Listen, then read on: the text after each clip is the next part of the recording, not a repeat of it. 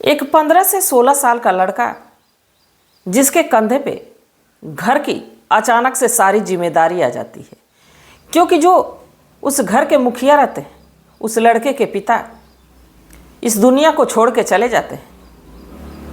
माँ जो कि ज़्यादातर बीमार रहती, दो छोटे छोटे भाई, एक जवान बहन, इन तमाम लोगों की जिम्मेदारियां जब इसे 16 साल के लड़के के कंधे पे आती है तो इनको वो झेल नहीं पाता है और अपने गांव को छोड़ के, अपने इलाके को छोड़ के चेन्नई शहर जाता है। और चेन्नई शहर में उसको एक कंपनी में नौकरी भी मिल जाती है। बाकी वहीं उसकी मुलाकात एक महिला से होती है। वो महिला इस लड़के की मदद करती है। बाकी कुछ समय के बाद इस कहानी का इतना खौफनाक अंजाम होता है जिसको आप भी सुनेंगे तो दांतों तले उंगली दबा लेंगे, अपने कानों पे हाथ रख लेंगे। तो आखिरकार इस लड़के के साथ क्या होता है, तो इसको जानने के लिए हमारे साथ वीडियो में अंत तक बने रहिएगा। नमस्कार, मैं सावित्री यादव एसके क्राइम कथा में आप सभी का स्वागत करती हूँ। उम्मीद है एसके क्राइम कथा की सारी फैमिली अच्छी होगी, अपना ख्याल रख रही होगी। आज इस सच्ची कहानी को लेकर मैं आप लोगों के बीच हाजिर हूँ। बेहद दिल को झकझोर देने वाली एक ऐसे परिवार की कहानी है। देखिए, गरीबी और अमीरी यह किसी के हिस्से में नहीं है कि कब कौन गरीब रहेगा और कब कौन अमीर हो जाएगा। सब अपने कर्मों पे निर्भर करता है। बाकी आजकल हमारे देश और दुनिया में ऐसी ऐसी विचित्र घटनाएं घट जा रही हैं, ऐसी ऐसी विचित्र बातें हो जा रही हैं जिसको सुनने के बाद, समझने के बाद हर कोई परेशान सा रह जाता है। उसके मन में तरह तरह के सवाल भी उठने लगते हैं। तो आज की कहानी भी कुछ ऐसी है, ढेरों सवाल रहेंगे जिनका जवाब पाना मुश्किल है। तो कहानी की शुरुआत करूं उससे पहले जितने भी हमारे दोस्त मित्र हैं, जितने भी हमारे साथी हैं, सबसे रोज़ की तरह यही गुजारिश है कि अगर जो आप लोग चैनल पे नए आए हैं तो अभी तक चैनल को सब्सक्राइब नहीं किए हैं तो चैनल को सब्सक्राइब कर लीजिए और कहानी को ज़्यादा से ज़्यादा शेयर करिएगा। और आप लोगों का एक लाइक हमारा हौसला बढ़ाता है और हमारी यही कोशिश रहती है कि हम आप लोगों तक हर रोज़ नई कहानी लेके आऊँ। तो चलिए ज़्यादा बात ना करते हुए आज की कहानी की शुरुआत करते हैं। मैं बात कर रही हूँ बिहार प्रदेश का एक ज़िला लगता है बेगूसराय। यहीं का रहने वाला रोहित, जिसकी उम्र महज 15 से 16 साल। घर में एक बीमार माँ, पिता इस दुनिया को छोड़ के जा चुके रहते, एक बहन, दो छोटे छोटे भाई। अब रोहित भले कम उम्र का रहता है पर इतना तेज तर्राक रहता है, इतना चालाक रहता है, इतना होशियार रहता है कि मेहनत मजदूरी करके अपने घर की सारी ज़रूरतों को पूरी करने लगता है, वक्त गुजरने लगता है। बाकी जो रोहित रहता है वो एक दिन सोचने पे मजबूर हो जाता है कि ये तो रोज़मर्रा का जीवन है, रोज़ कमाता हूँ, रोज़ खाता हूँ और परिवार को देखता। बाकी एक जवान बेटी, एक जवान बहन है और दो छोटे छोटे हमारे भाई हैं। उनके पढ़ाने लिखाने का खर्च है। मुझे कुछ अलग करना होगा ताकि इनकी जिम्मेदारियों को मैं पूरा कर सकूं। वो कई दोस्तों से बात करता है, बाकी बात बन नहीं पाती है। वो एक दिन एक अपने दूर के रिश्तेदार से बात करता है जो कि चेन्नई शहर में रहता है।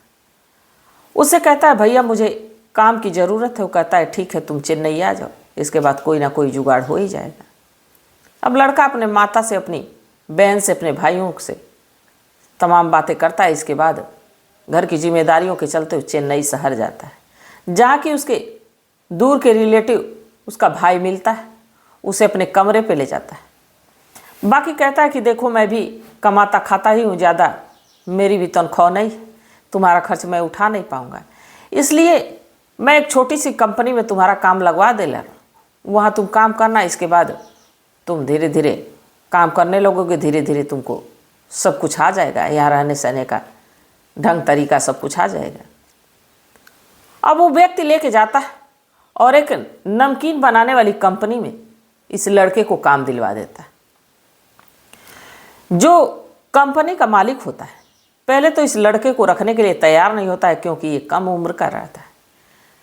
बाकी इसकी गरीबी को देख के, इसकी ज़रूरतों को देख के मालिक कहता है कि ठीक है, मैं काम पे तो रख ले रहा हूँ, बाकी मेरे पे कोई रिस्क नहीं आना चाहिए। तुम अपनी मर्जी से काम कर रहे हो, मैं जबरदस्ती से काम करवा नहीं रहा। इस पे जो रोहित रहता है कहता है कि ठीक है साहब, मुझे काम पर रख लीजिए और मैं जैसा आप कहेंगे वैसा ही करूँगा।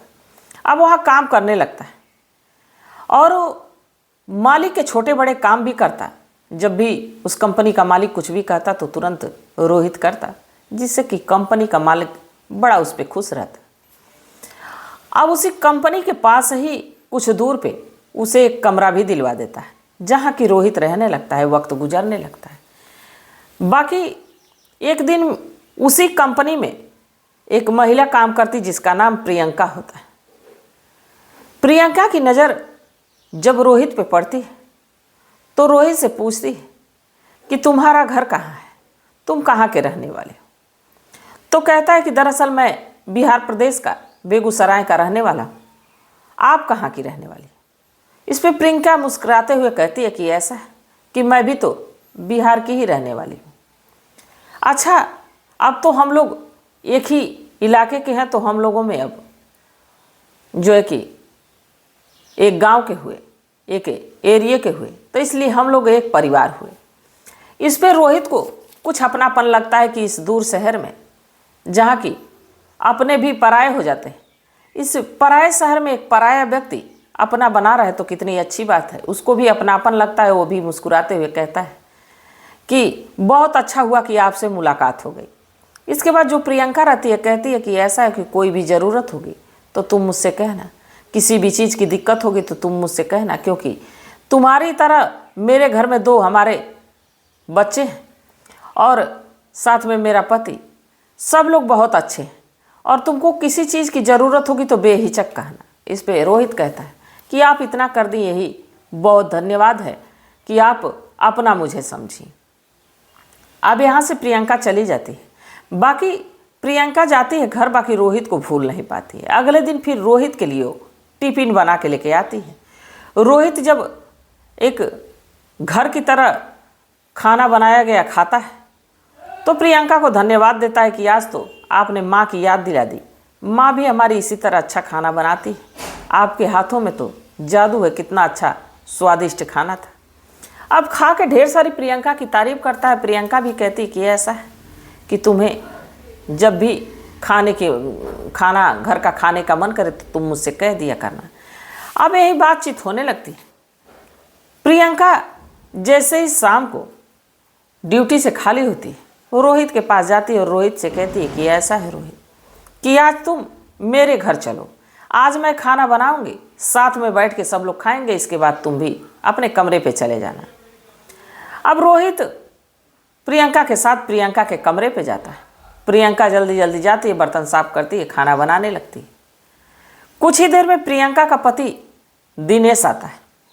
प्रियंका दिनेश से कहती है कि ये रोहित है और ये भी बिहार का रहने वाला है।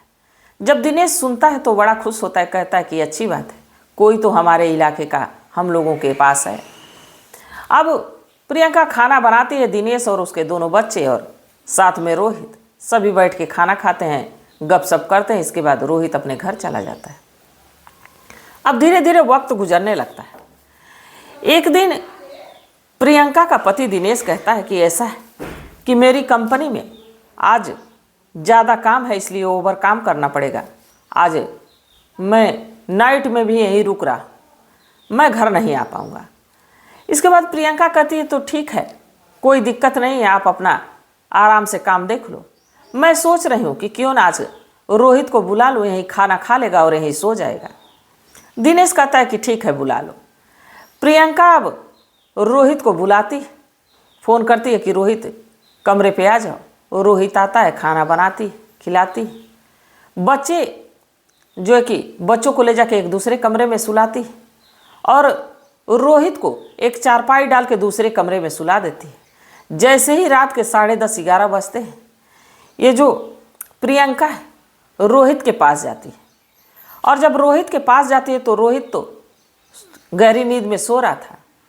प्रियंका उसके अंगों पे हाथ फेरने लगती है। अचानक से रोहित की नींद खुलती है तो कहता है कि आप ये क्या कर रही हैं। प्रियंका कहती है कि चुप रहो, जो कर रही हूँ वो बहुत अच्छा है। इस पे कहता है रोहित कि ये ठीक नहीं है, आप जो कर रही हैं वो ठीक नहीं है और मुझे इन सब चीज़ों की आदत नहीं। अब मुस्कुराते हुए प्रियंका कहती है कि ये तो आदत लग जाएगी और अभी तुम्हें अच्छा नहीं लग रहा है, बाकी कुछ देर के बाद बहुत अच्छा लगेगा। देखते ही देखते उस लड़के के अंग से एक एक कपड़े को उतारती है और अपने अंग से एक एक कपड़े को उतारती है और कुछ ही देर के बाद इस 15 से 16 साल के लड़के के साथ हवस का गंदा खेल खेलने लगती है। अब कुछ देर के बाद रोहित को भी ये चीज़ अच्छा लगने लगता है। दोनों एक दूसरे के साथ अनैतिक काम करने लगते हैं, गलत काम करने लगते हैं। अब उस रात ये जो प्रियंका है इस लड़के रोहित के साथ ऐसा करती है कि मानो उससे बढ़िया सुख उसे पहले कभी मिला ही नहीं था। अब एक बार ये सिलसिला शुरू हुआ तो फिर थमने का नाम नहीं ले रहा था। इधर दिनेश को इस बात की भनक ही नहीं थी। अब दिनेश अपने काम में मसरूफ और इधर जो प्रियंका रहती है समय दर समय देख के रोहित को अब दिन में ही बुलाने लगती है और दिन में अपने कमरे पे आती, कंपनी से छुट्टी कुछ सी काम का बहाना लेके आती और इस रोहित के साथ शारीरिक संबंध बनाती। अब लगातार ये सिलसिला चलते रहता है। एक दिन दोपहर का समय रहता है और रोहित और प्रियंका जैसे कमरे पे आते हैं, दोनों एक दूसरे के साथ आपत्तिजनक स्थिति में होते हैं, तब तक अचानक से दिनेश भी आ जाता है। और जब दिनेश आता है तो इस नज़ारे को अपनी आंखों से देख लेता है। दिनेश बड़ा हैरान सा रह जाता है, अपनी पत्नी को फटकार लगाता है और साथ में उस लड़के को कहता है कि तुम तो कम उम्र के हो, मैं तुम्हें क्या कहूँ। अच्छा, जो हुआ सो हुआ, आज के बाद ऐसा मत करना, तुम्हारी ज़िंदगी तबाह हो जाएगी, बर्बाद हो जाएगी। अब रोहित वहाँ बड़ा शर्मिंदा होता है, अपने कमरे पे लौट जाता है। प्रियंका अपने पति से माफ़ी मांगने लगती है कि देखो मुझसे बहुत बड़ी गलती हो गई, मुझे माफ़ कर दो, आइंदा ऐसा कुछ नहीं होगा। बाकी कहते हैं कि शेर के मुंह अगर जो खून लग जाए तो कभी छूटता नहीं। अब प्रियंका की भी दशा यही थी। अब वो छिप छिपा के अब इस रोहित से मिलने लगती है, वक्त गुजरने लगता है। अब ज़्यादा एहतियात बरत के इस रोहित को बुलाती और इसके साथ संबंध बनाती। इधर रोहित को भी अच्छा लग रहा था। एक दिन रोहित को रात को अपने कमरे पे रोकती, दिनेश भी कमरे पे ही था। अब दिनेश खाना खा के दिन भर का थका माना सो जाता है, बच्चे सो जाते हैं। इसके बाद जो प्रियंका है फिर से वही घिनौना काम करती है, रोहित के पास जाती है और रोहित के साथ छेड़छाड़ करती है। रोहित भी को भी अब इस चीज़ की आदत लग चुकी रहती है, लत लग चुकी रहती है। रोहित भी प्रियंका के साथ कुछ ही देर में अनैतिक काम करने लगता है, गलत काम करने लगता है। दोनों एक दूसरे के साथ अब इतना लिप्त हो जाते हैं कि उन्हें ख्याल नहीं रहता कि घर में बच्चे हैं, पति है, कुछ नहीं। तभी दिनेश की नींद खुलती है और इन दोनों को फिर से रंगों हाथ पकड़ता है। अब उस दिन पकड़ता है तो अब प्रियंका से झगड़ा करता है। रोहित तो वहाँ से अपने कमरे पे चला जाता है, पर प्रियंका से इतना झगड़ा करता है कि प्रियंका कहती है कि ऐसा है कि मैं कमाती हूँ अपना, खाती हूँ अपना, मेरी मर्जी, मैं अपनी ज़िंदगी चाहे जैसे गुजारूँ, तुम अपने बच्चों को लेके जहाँ मर्जी वहाँ चले जाओ। इस पर दिनेश गुस्साता है, अपने दोनों बच्चों को लेता है और बिहार प्रदेश अपने गाँव लौट जाता है। जबकि प्रियंका अब ज़्यादा ही छूट पा जाती है। अब रोहित को अक्सर बुलाती, अपने घर ही रखती और एक तरह से मानिए तो पति पत्नी की तरह दोनों रहने लगते हैं। बाकी अब जैसे ही कुछ समय गुजरता है, प्रियंका बार बार रोहित से कहने लगती है कि तुम मुझसे शादी कर लो। रोहित कहता है कि देखो हमारी उम्र महज 15 से 16 17 साल की है और मैं तुमसे कैसे शादी कर सकता हूँ। तुम एक 35 से 40 साल की महिला और मैं इतनी छोटी उम्र का, हमारा कोई मेल नहीं। प्रियंका कहती है कि तुम्हारे वजह से मैंने अपना घर तोड़ दिया, अपने पति को भगा दिया, अपने बच्चों को दूर कर दिया और तुम हो कि मुझसे शादी नहीं करो। अब बार बार उस लड़के पे प्रेशर बनाने लगती है और कहती है कि ऐसा है कि कुछ तस्वीरें, कुछ फ़ोटो तुम्हारी मेरे पास है, मैं इसको वायरल कर दूंगी और साथ ही तुम्हारे घर वालों को भेज दूंगी जो कि कहीं मुंह दिखाने लायक नहीं रहेंगे। अब इस पर रोहित बड़ा ही परेशान होता है कि आखिर करे तो करे क्या। अब ये महिला जो है उसको ब्लैकमेल करने लगती। अब रोहित एक रात आता है और इस महिला के साथ, पहले तो प्रियंका के साथ खाता पीता है, दोनों मौज मस्ती करते हैं और जब दोनों अनैतिक काम कर लेते हैं, गलत काम कर लेते हैं, दोनों थक जाते हैं। अब प्रियंका भी रोज़ की तरह सो जाती है। बाकी इधर ये जो लड़का रहता है रोहित, इसको नींद आ नहीं रही थी क्योंकि बार बार उसे फोर्स किया जा रहा था, शादी करने के लिए दबाव दिया जा रहा था। अपने पास उस दिन उसने एक धारदार हथियार लेके आया था। अब उसी धारदार हथियार से इस महिला का गला रेत देता है और उसके सीने पे बैठ के तब तक वार करता है कि जब तक उसको लग नहीं जाता कि ये मर चुकी है। जब उसको ये एहसास होता है कि अब तो मैंने इसको मार दिया, इसके बाद अब वहाँ से वो भागता है, सीधे अपने कमरे पे चला जाता है। बाकी वहाँ भी उसको लगता है कि यहाँ रहूँगा तो मैं पकड़ा जाऊँगा। वहाँ से भी वो जगह छोड़ के कहीं और चला जाता है। और इधर जब सुबह होती है तो जो प्रियंका के आस पड़ोस के लोग होते हैं सोचते हैं कि आज प्रियंका के घर पे कोई शोरगुल नहीं है, कोई आ जा नहीं रहा है और दरवाज़ा खुला है, प्रियंका को कुछ अता पता नहीं है। एक पड़ोसी जब प्रियंका के घर में झांकता है तो देखता है कि प्रियंका लथपथ खून से सिर कटा हुआ वही पड़ी हुई, धड़ अलग है, सिर अलग है।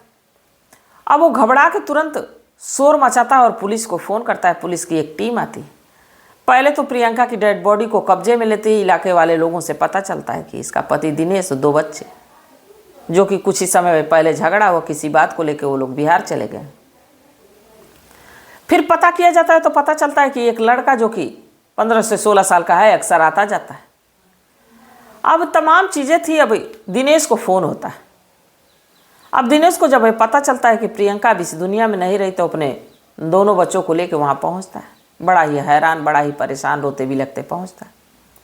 पुलिस पूछती है कि आखिर तुम्हारी पत्नी के साथ ऐसा कौन कर सकता है। पहले तो पति पे ही शक जाता है क्योंकि अब झगड़ा करके वो गया था, तो पहले तो पुलिस उसी पे शक करती है, पूछती है कि कौन ऐसा कर सकता है। दिनेश कहता है कि साहब मैं क्या बता सकता हूँ कि कौन कर सकता है, क्योंकि यहाँ मेरा कोई दुश्मन नहीं है, बहुत बड़े हम लोग पैसे वाले हैं नहीं, कमाते खाते लोग हैं। और हमारी जो कि झगड़ा इनसे इसलिए हुआ था कि एक लड़का जिसका नाम रोहित है वो अक्सर आता जाता था और इनमें अनैतिक संबंध था, इसलिए हमारा झगड़ा हुआ, हम अपने बच्चों को लेकर चले गए। अब जब उस लड़के की तलाश शुरू होती है तो उसका फ़ोन स्विच ऑफ आता है और जिस पते पे वो रहता था वहाँ रहता नहीं। अब पुलिस इस लड़के को ढूंढने लगती है। 3 से 4 दिन के बाद अचानक से इसका मोबाइल फ़ोन ऑन होता है। पुलिस इसको जो कि लोकेशन को ट्रेस करती है इसको पकड़ती है और जब थाने लाती है तो रोहित रोते हुए सारी बातों को पुलिस के सामने रखता है कि कैसे वो इस महिला प्रियंका के जाल में फंसा, कैसे प्रियंका उससे अनैतिक संबंध बनाने लगी और इसके बाद उससे बार बार दबाव देने लगी कि मुझसे शादी करो। अब मैं फ्रस्ट्रेशन में हो गया था कि ये बात अगर जो हमारी माँ, हमारे बहन, हमारे लोगों को पता चलेगा तो क्या सोचेंगे मेरे बारे में कि एक कम उम्र का लड़का और एक अपनी से 2 गुनी 3 गुनी उम्र की औरत के साथ शादी किया। अब यही सब सोच के मैं परेशान था। एक दिन मैं अपने आप से बाहर हो गया, इसका कत्ल कर दिया। अब जब पुलिस ये सुनती है तो पुलिस भी बड़ी हैरान की वो औरत कैसी थी, प्रियंका कैसी थी कि इतने कम उम्र के लड़के के साथ संबंध बनाई, उसको इस कदर फांसी और इस कदर ब्लैकमेल कर रही थी जिसका अंजाम की उसकी मौत हो गई। तो इस लड़के रोहित को फिलहाल में तो बाल सुधार गृह भेज दिया गया। अब देखिए वहाँ से इसकी रिहाई होती है, ये बाहर आता है या इसको बालिग हो जाने के बाद इसकी सज़ा आगे बढ़ती है। अब ये तो कानून तय करेगा। बाकी प्रियंका ने जो किया वो वाकई निंदनीय है। एक औरत जाति के नाम पे धब्बा है। तो इस कहानी पे आप लोग क्या सोचते हैं? आप लोगों की क्या सलाह, आप लोगों की क्या राय कि प्रियंका आखिर कैसी औरत थी और जो लड़का रोहित किया क्या ठीक किया या गलत किया? आप लोग अपनी सलाह ज़रूर दीजिएगा। और प्रियंका ने तो अपने हाथों अपनी पूरी गृहस्थी को ही उजाड़ के रख दिया।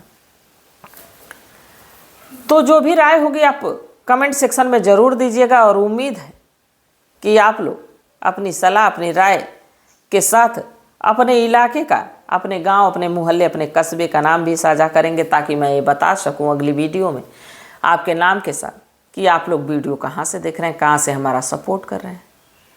तो तब तक आप लोग अपना ख्याल रखिए, अपने परिवार का ख्याल रखिए, बाल बच्चों का ख्याल रखिए। मिलते हैं कल एक नई वीडियो के साथ। तब तक के लिए जय हिंद, जय भारत।